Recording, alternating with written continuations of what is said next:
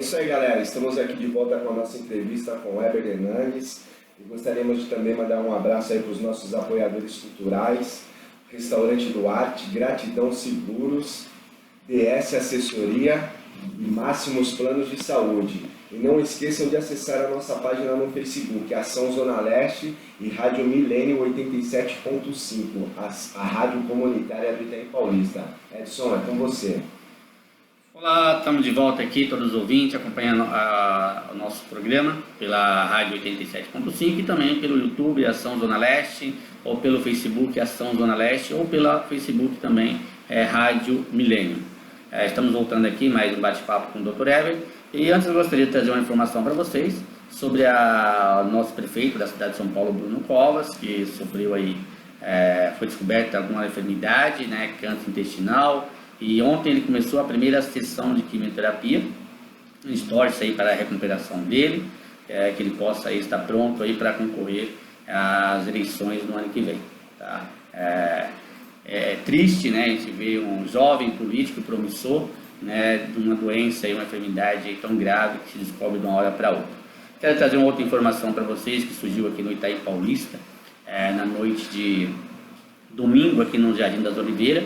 Tá, onde uma briga de um motorista de ônibus com um flanelinha acabou no tiroteio, ferido, 3 pessoas acabou indo para o Hospital Santa Marcelina e sendo atendido, um foi ferido com um facão e o motorista acabou disparando aí vários tiros contra a multidão ali que viu ali agredindo um flanelinha e para defender ali a população que estava num bar local, acabou indo para cima aí do motorista.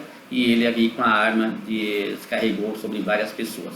Infelizmente a nossa região é uma região aí muito violenta, a gente procura que as autoridades, né, possa ter mais policiamento na rua e que a sociedade também tenha um pouquinho de bom senso, né, humanidade e evite problemas como esse. Uma simples briga ali de trânsito ou uma discussão pode levar à morte ou a ferimento com armas aí da sociedade.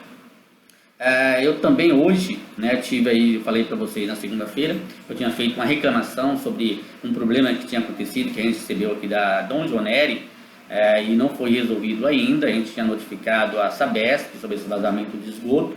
A Sabesp deu prazo de 24 horas para resolver, e já passou esse prazo e não veio. Entramos em contato com a Sabesp, ela pediu mais 24 horas e também já notifiquei hoje a Prefeitura Regional, o subprefeito Gilmar Santos, para que ele possa tomar as providências. O subprefeito vai enviar um ofício e caso ele não atenda dentro de 24 horas, será multado a Sabesp pelo falta de a responsabilidade deles de estar fazendo a fiscalização e a obra, é um esgoto que está vazando no asfalto, já está afundando com grande risco aí, né, de passar um caminhão ou um ônibus e afundar essa parte do asfalto ali, causar um grande acidente machucando pessoas. Nós continuamos fazendo nosso papel aqui nós temos aqui a responsabilidade de encaminhar todas as demandas que temos recebidas e dar o retorno ao cidadão, né, do que foi feito e como anda o andamento desse processo. Então continuamos nos acompanhando e agora vamos voltar aqui para a entrevista com o Dr. Heber. Falamos aí sobre a questão da lei trabalhista, da reforma trabalhista, e agora vamos falar um pouquinho também sobre a reforma previdenciária, né, que já foi votada em primeiro turno, né, no primeiro semestre, e agora uma semana foi aprovado no Senado. Tá? Dr. Heber, a gente terminou de falar aí sobre a questão da reforma trabalhista e também agora está em andamento a reforma previdenciária.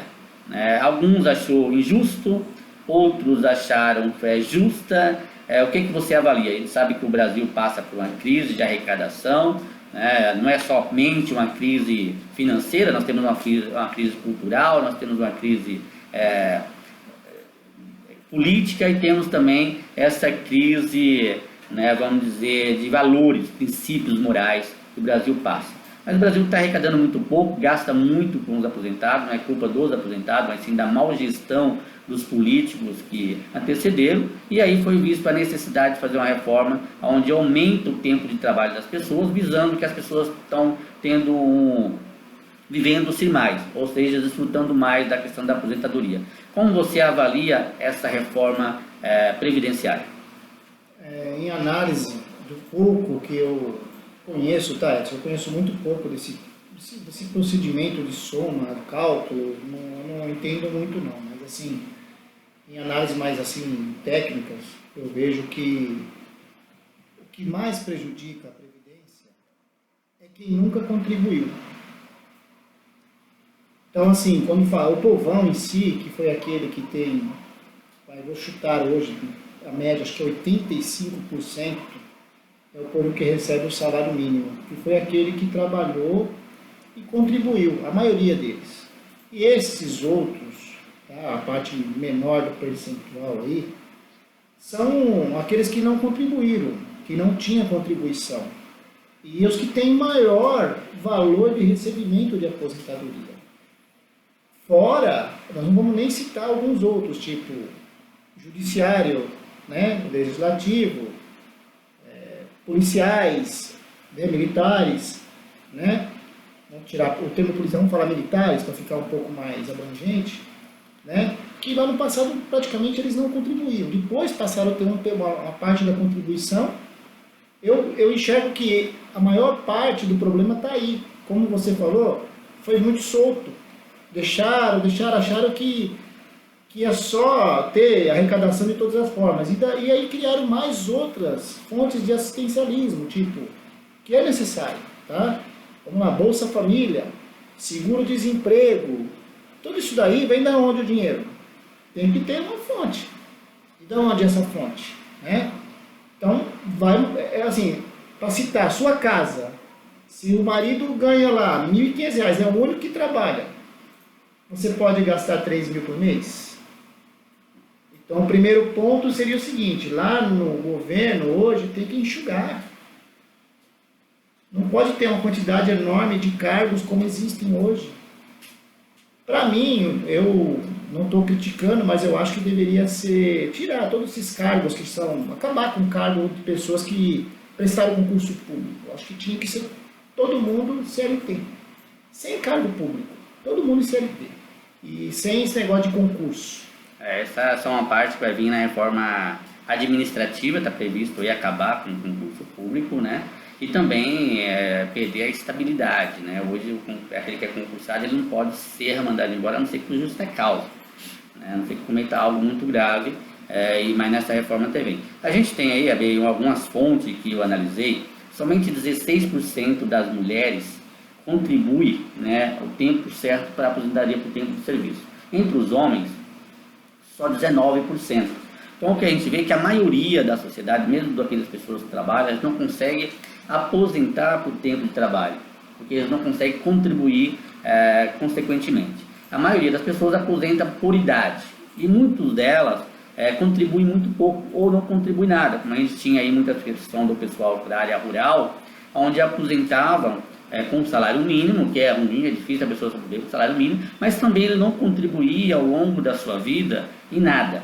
Uma outra fonte também que a gente levantou é que o maior rombo na Previdência não é do trabalhador privado, e sim do funcionalismo público. Exatamente. Porque ele aposenta mais cedo, tem um salário agora que diminuiu, mas antes ele aposentava com salário integral, era um salário muito alto, e isso gerava um outro rombo. E a questão militar também é aquele outro que leva a um rumo muito grande. Que nós temos aí também vários outros benefícios, onde é aposentada a filha, que é solteira, e aí a geração por geração, isso desencadeia, né, um grande prejuízo para os cofres públicos. Alguns desses privilégios a gente analisa que não foi mexido nessa reforma.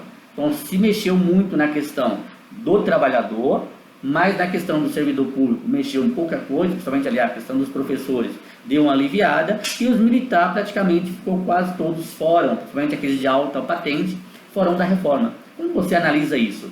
Então, mais uma vez a gente vê que há um interesse de classes, Edson. Esse é um problema muito sério. Tá? E quando a gente for analisar aí, porque é o da esquerda, é o da direita, do centro, é o seguinte, eu vejo hoje só nomenclatura, né? A pessoa que está ali, ela busca normalmente o que é do seu interesse. é do meu interesse a classe X, porque, vamos dar um exemplo, eu sou fulano de tal que fui eleito senador e eu sou delegado. Então, ele vai buscar lá todos os delegados que votaram nele, a turma dos militares que votaram nele, e vai defender essa classe. E aí esse cara vai lá, bate, faz emenda, tenta... É assim. Infelizmente, aquela história que tem que ser mais Brasil, que a gente ouve, é só na propaganda. Só conversa. TV, só na propaganda da TV. Tá. A gente vê, doutor Heber, que essa questão política é algo que tem prejudicado muito o Brasil. A gente esperava uma renovação política, pessoas que engajavam em defesa dos brasileiros. A reforma política é algo que todo mundo, reforma previdenciária, defendia. Eu também acredito que era necessário uma reforma previdenciária. O rombo da Previdência é muito grande, onde dinheiro da saúde, dinheiro da educação, dinheiro para infraestrutura estava indo para pagar aposentados e ficava menos recursos para cuidar da saúde, da educação e da segurança das pessoas. Onde deveria ser, pela Constituição, as 3 pontos onde o Estado deveria mais interferir: educação, saúde e segurança. E hoje a gente vê o Estado interferindo em muitas outras áreas, e estas que é responsabilidade exclusiva deles, pouco eles têm feito. Por isso que se criaram tantos planos de saúde, por isso que se criaram tanta segurança particulares, por isso que estão criando e crescendo muito a questão do ensino privado, porque o ensino público antigamente era um dos melhores e hoje é o pior. Então, e terceiriza aquilo que é responsabilidade. E aí entra na questão do assistencialismo, distribuindo várias bolsas, assistência para a classe mais pobre, para essa classe ficar alienada a um político. Que aí se cria um pai, foi fulano que criou isso, então essa pessoa não vai mais sair da política. Então a gente precisa realmente rever o quadro político que nós temos no Brasil e como mudar isso. Mas voltando aqui, que já está quase chegando aqui o nosso final, gostaria de saber de você, doutor Heber.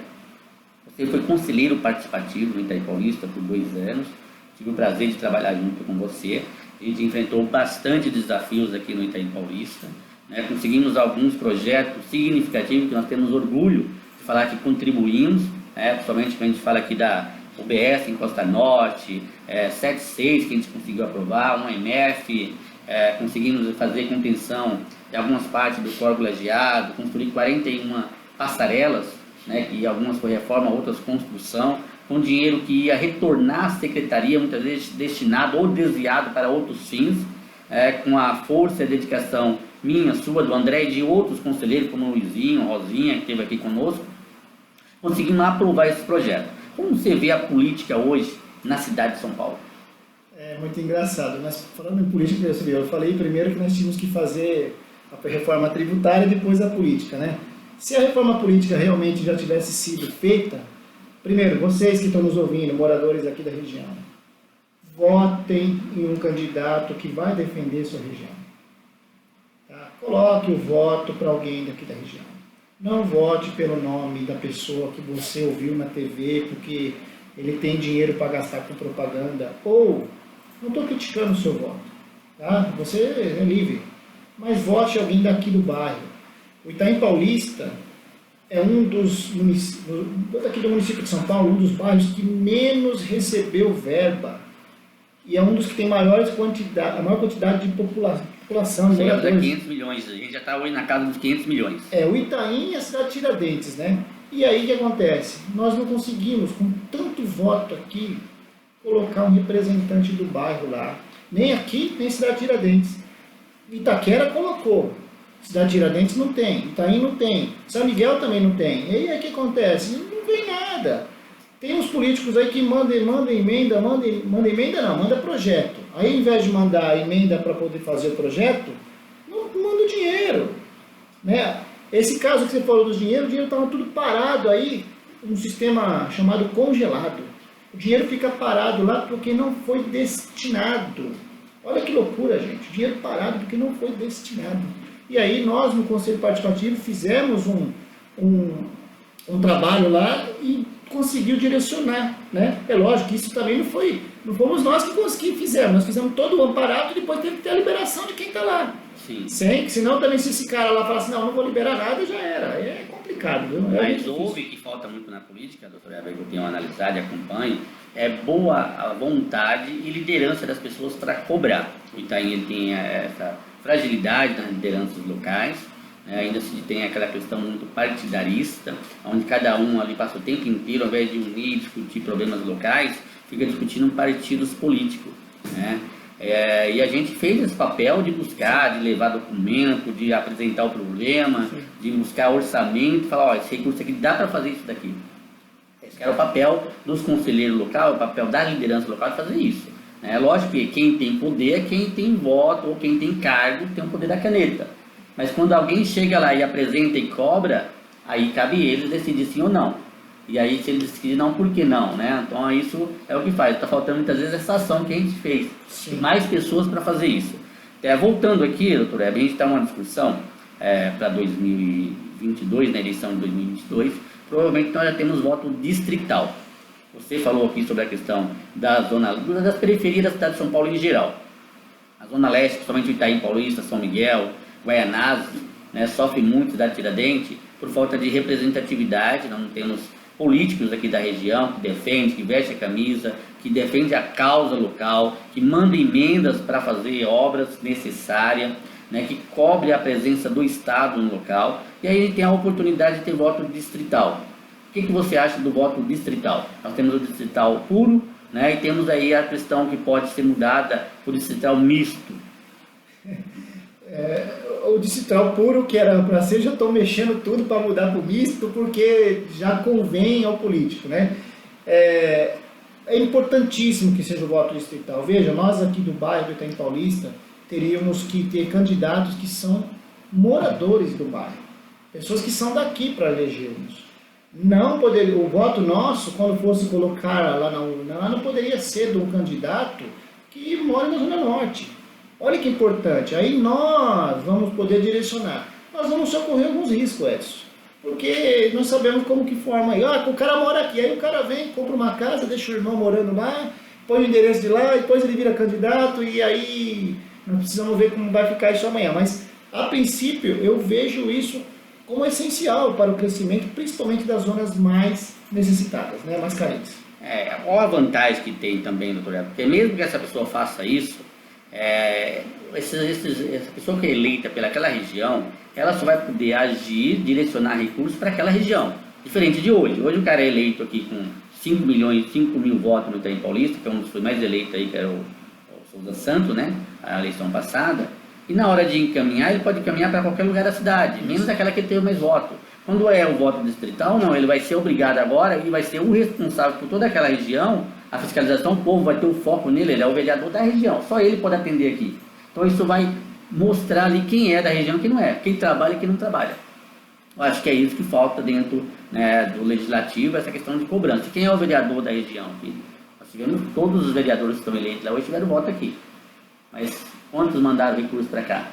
Então, recurso tem alguns mandando aí, que eu andei falando outro dia com o Gilmar lá, o Gilmar não apresentou, mas a maioria só manda projeto. Mas nem todos esses projeto manda, e ainda quer usar o dinheiro que a prefeitura recebe para fazer outros trabalhos. Nem todos aqueles que falam que manda, porque os caras vão lá, fazem a petição, que vai encaminhar tudo, que fala que vai estar liberado, mas depois não libera a emenda, porque ele já ultrapassou o limite. O limite dele já foi mandado para outro. E nós já conhecemos alguns vereadores que têm esse hábito de fazer isso por várias vezes, né? Não é só uma vez. Então ele fala, estou mandando recurso, está aqui, 300 mil, 500 mil, e apresenta até nas redes sociais falando para a população que mandou. Só que aquele dinheiro nunca chega aqui, porque aquele já ultrapassou o limite dele, não tem mais saldo para destinar para a nossa região. O saldo dele foi destinado para outra, é simplesmente promessa, e cada vez mais enrolando na população. Mas já que a gente falou aqui sobre o problema local, gostaria que você falasse por aqui para mim o que você está vendo da política nacional pelo presidente Jair Bolsonaro, falasse um pouquinho, já que nosso tempo também está curto, sobre a questão do Estado, do novo governo que a gente tem aí há 10 meses, do João Dória, né? O que você está achando do governo deles e também do governo nacional? É difícil falar sobre isso, Edson, porque eu não vejo muita mudança ainda não. As mudanças foram mais de falácias do que de cumprimento. Ela fala assim, daqui para frente vai ter uma nova política, e essa nova política não foi nada dela aconteceu. Só a princípio que parecia, né? Mais uma vez para fazer o povo ficar na ilusão da direção, né? Mais uma vez. Então, eu vejo assim, como presidente da República, eu acho que ele exagera nas suas palavras, acho que ele não precisa utilizar dessas palavras, mesmo porque ele não é mais candidato, ele é o presidente, ele é o representante do Brasil, tanto de governo, né? E ele tem que fazer esse papel. Quando há uma indicação de alguma coisa, simplesmente o que ele faz? Tem que provar, tem que provar. Não fica entrando nessa conversinha da TV, porque não vira. Pelo jeito ele não sentiu ainda o peso de ser um presidente do Brasil, ele continua, acho que ainda sendo um candidato de baixo nível, onde não consegue ter a responsabilidade por aquilo que fala. Mas voltando aqui, a gente está no finalzinho do nosso programa e tem uma pergunta-chave aqui para o Dr. Heber, né, a pergunta do que está aí rolando no STF, né, sobre a questão da prisão em segunda instância. Tá?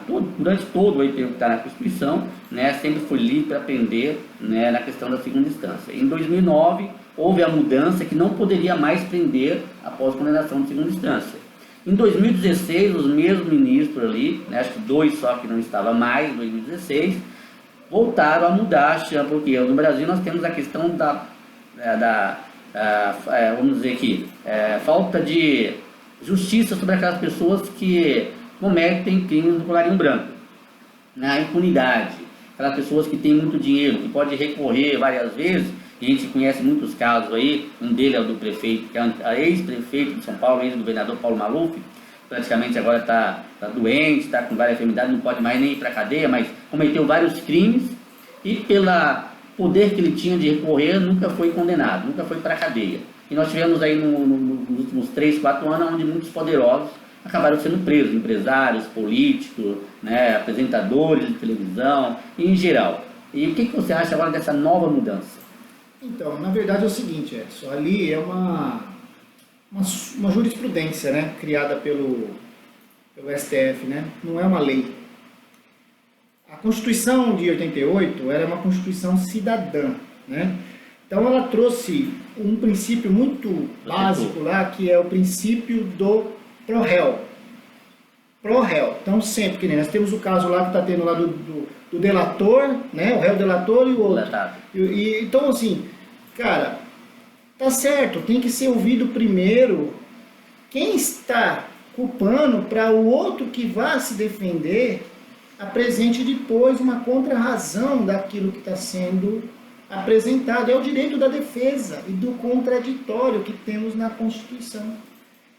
Sobre a prisão da segunda instância, talvez, assim, não é uma lei. Quem poderia fazer a lei? Nosso legislativo. Ele podia ir lá, um nosso deputado podia ir lá e pum. Agora, será que eles têm interesse?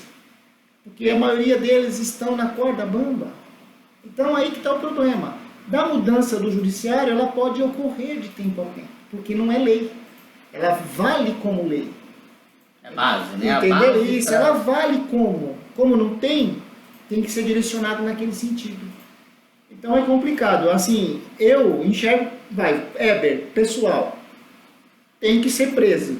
Mas, pela lei, não é bem isso, Edson. Tá? Porque a gente tem aqui, doutor Heber, você que é advogado, sabe muito bem, qualquer um réu, pessoas que cometem crime, que não tem muito recurso, ela é muitas vezes presa antes de ser condenada em primeira instância. Ela vai para a cadeia, aguarda a condenação em primeira instância, segunda, ela não tem muito dinheiro para recorrer. Quando vai recorrer, como ela não tem muita influência, o advogado não tem tanto poder de influência também, o recurso nem sobe, é negado e acabou. Pessoas que têm grande poder, a gente vê que é recurso em cima de recurso, nunca limita. Você não acha que a legislação em outros países, a pessoa tem direito a 1, 2 recursos e acabou. Ela não pode ficar toda hora impetrando recurso. Aqui no Brasil, você não acha que está na hora da gente parar isso, já deixar que a parte política interfere na judicial e a judicial interfere na política? Então, na verdade, assim, existem os 3 poderes, cada um tem que fazer o seu trabalho. Só que cada um acaba fazendo de uma forma substitutiva do outro. É um grande erro. O presidente da República cria medida provisória, todo momento aí. Medida provisória não é para esse sentido. Ele vai lá e, não, medida provisória, decreto, medida provisória, uma atrás da outra, para fazer lei. E não é quem faz lei, é o legislativo. Então é uma bagunça. O que nós temos que entender é o seguinte, Edson, eu sempre vou dizer isso. Nós temos uma Constituição Federal maravilhosa, para um povo ainda que ainda precisa ser maravilhoso também ainda em todo sentido. Nós estamos ainda um pouco atrasados. ok? Doutor Heber, faz as suas considerações finais, nós estamos aqui no finalzinho do nosso programa, agradece aí, né, todas as pessoas que estão nos ouvindo. Agradeço a todos os ouvintes, aos amigos, né, a Edson Coqueiro, o Flávio, e espero ter dado algum alerta ou despertar na cabeça de quem está nos ouvindo, tá ok? Muito obrigado, viu? Quero agradecer imensamente o nosso amigo, meu amigo, o Dr. Heber Hernandes, pelo convite, né, pelo aceitar o convite, pela participação dele nesse programa hoje, pela contribuição, né, de nos orientar sobre a parte jurídica. Nós falamos sobre previdência, falamos sobre a questão do direito trabalhista, falamos sobre política, falamos sobre a questão da prisão em segunda instância. Quero agradecer aqui o Flávio Maia por mais um dia aqui conosco no programa, o nosso amigo Paulo, sonoplasta aqui da rádio. Quero agradecer cada um de vocês que está nos ouvindo pela rádio ou pelo YouTube e Facebook, continue nos acompanhando. Você que ainda não curtiu a nossa página no Facebook ou não está seguindo no YouTube, procure lá as nossas redes sociais, segue nós lá nas redes sociais e tem um sininho que aparece, você pode clicar ali. Toda vez que a gente entrar ao vivo ou postar uma nova vídeo, uma nova informação, notícia, você será um dos primeiros, aí você já será notificado de receber esse conteúdo. Um beijo no coração de cada um de vocês, fique com Deus. Na sexta-feira estaremos aqui de volta com mais um convidado, discutindo mais alguns assuntos locais. Boa noite a todos. É isso aí, galera. Estamos finalizando o nosso programa Ação Zona Leste aqui na Rádio Milênio 87.5, a rádio comunitária